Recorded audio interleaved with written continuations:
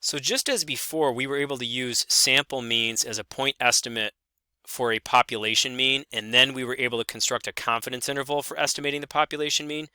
Now we're going to be able to use sample proportions as point estimates for population proportions, and then we're again going to be able to use a confidence interval to estimate, this time, a true population proportion. And so since we're working with proportions now and not means, this throws us back into the distribution of sample proportions that you see here, the p-hat distribution. And so let me just remind you a few things of this distribution. In order for this distribution to be approximately normal, so pretty much for us to be able to work with it in this class, we need certain conditions to be met. N times p needs to be at least 10, and n times 1 minus p also needs to be at least 10. The mean of this proportion, which is ultimately what we're trying to estimate when we create a confidence interval, is equal to p, where p is the true population proportion. And the standard deviation of this distribution is the square root of p times 1 minus p divided by n. Okay, so the formula for a 95% confidence interval, and we're not going to get into the theory of it again, it's the exact same as the theory as before, that formula is this right here. You would take p hat, and then you would have a margin of error on each side of p hat, and that margin of error would be 1.96 times the standard deviation of the distribution of sample proportions. And so times the square root of p hat times 1 minus p hat all over n. And I actually am using p hat here in the standard deviation formula instead of p, because in practice you typically wouldn't ever know what the true p is, and we're creating these confidence intervals so that we can estimate what p is. And so it works out just fine for us to use p hat in this standard deviation formula. But the nice thing is you don't have to worry about that formula. I just write it down because I'd like you to see the similarities between this formula and what you've seen before with the confidence intervals for estimating means in the distribution of sample means. So it has a lot of similarities going back to those other formulas, but you are going to be using your calculator to determine the confidence interval for estimating a true population proportion p. And the tool that you are going to be using in your calculator is 1prop zint. Okay, and so let's take a look at a couple of examples right now that are going to make use of that tool, and then hopefully you're going to be able to do some of these questions on your own in just a little bit. So example 1. I said a simple random sample of 200 third graders in a large school district was chosen to participate in an after-school program to improve their reading skills. After completing the program, the children were tested, and 142 of them showed improvement in their reading skills. So when this says find a point estimate for the proportion of third graders in the school district whose reading scores would improve after completing the program, then the only thing that we have to go on is the sample proportion itself from the description. And so we see that 142 people out of the 200 did show improvement. And so if 142 out of 200 show improvement, then we can state that this is our point estimate for the proportion of all third graders in the district whose reading scores would improve.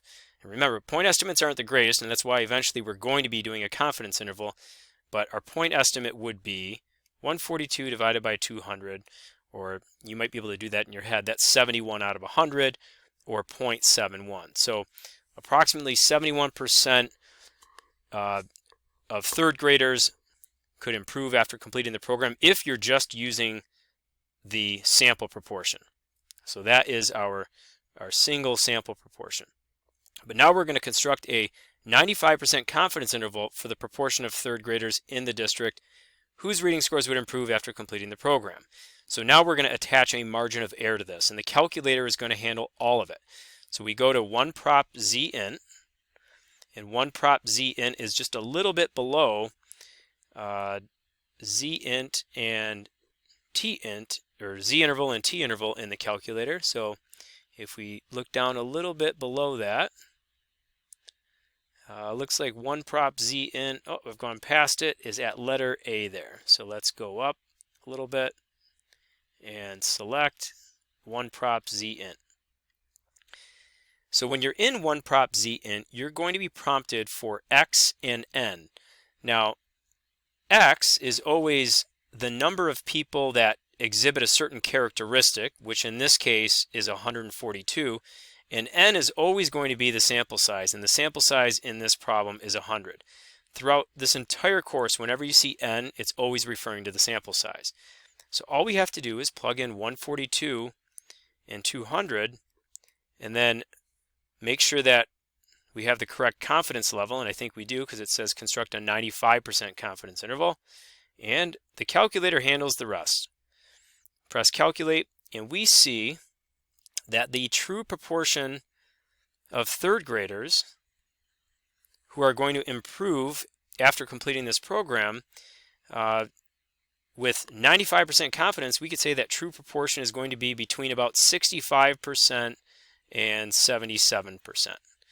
And so that's a pretty big range, but it's still it's still good information, and it allows us to draw certain conclusions, such as, is it reasonable to conclude that more than 60% of the students in the program would improve their reading scores? Well, what is reasonable to conclude is that the proportion that are going to improve their scores is between these two numbers. We could say that that's reasonable because we have 95% confidence that the true proportion is somewhere between those two numbers. And so everything in that range is more than 60%. So you would say yes, since everything in this range is more than 60%, it is reasonable to conclude that the true proportion of people that would improve their reading scores after this program would be more than 60%. Okay, let's go down to the next example, example 2.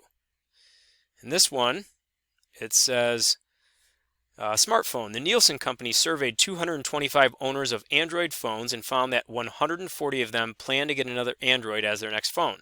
Find a point estimate for the proportion of Android users who plan to get another Android. So again, it's saying, let's find a p-hat, and p-hat is our sample proportion.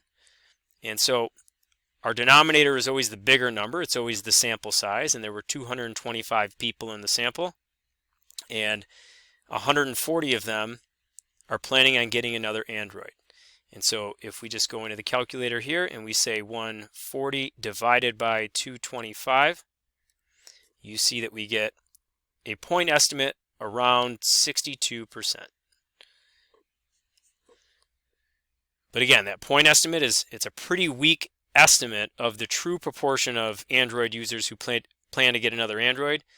And so we want to attach a margin of error to this. And then when we attach our margin of error, or have the calculator attach the margin of error, then we're going to have so much confidence that the true proportion of people who will get another Android will be in our interval.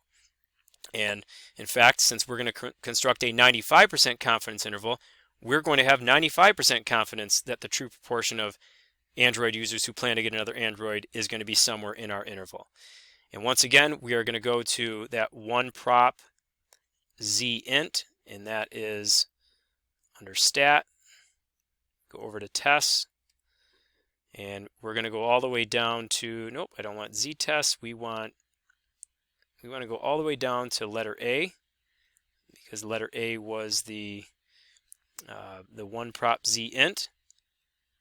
And there we are. Press enter and enter the new values. And so this time our x is the number that exhibited our certain characteristic out of our sample, and that was 140. We're going to purchase another Android. And then our denominator, or the total sample size, was 225.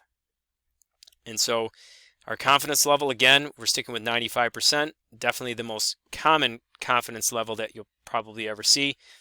And we calculate, and we get an interval of 0.55887 all the way up to 0.68557. And so, you would look at this and say the true proportion of Android users who are getting another Android is somewhere between about 56% and 69%, and we can state that with 95% confidence. I think the hardest part of these questions is sometimes the last part, where you have to try to interpret the results of the interval. And take a look at this one. This can be particularly confusing. So it says, assume that an advertisement claimed that 65% of Android users plan to get another Android. Does the confidence interval contradict that claim? Well, 65% is inside the interval, and so a lot of times when I get this question where it says, does the confidence interval contradict the claim? I typically say, well, does the confidence interval support this as a possibility? And if the confidence interval does support this as a possibility, then it does not contradict the claim. So when you get that contradict question, consider turning it around a little bit. So again, when it says, does the confidence interval contradict the claim, and the claim is that 65% of Android users plan to get another Android, I would say, well, the confidence interval supports that as a possibility. And so since it does support that as a possibility, you would say, no, it does not contradict that claim. It doesn't contradict the claim. So these are the types of problems that you're going to see now. And I think the biggest challenge moving forward is simply identifying what type of problem do you have. Is it going to be a z-interval question, a t-interval question, or a one-prop z-interval question? And in the next video, I'm going to kind of pull it all together. I'm going to give you a decision tree and hopefully structure this a little bit so that you're more confident in answering these confidence interval questions.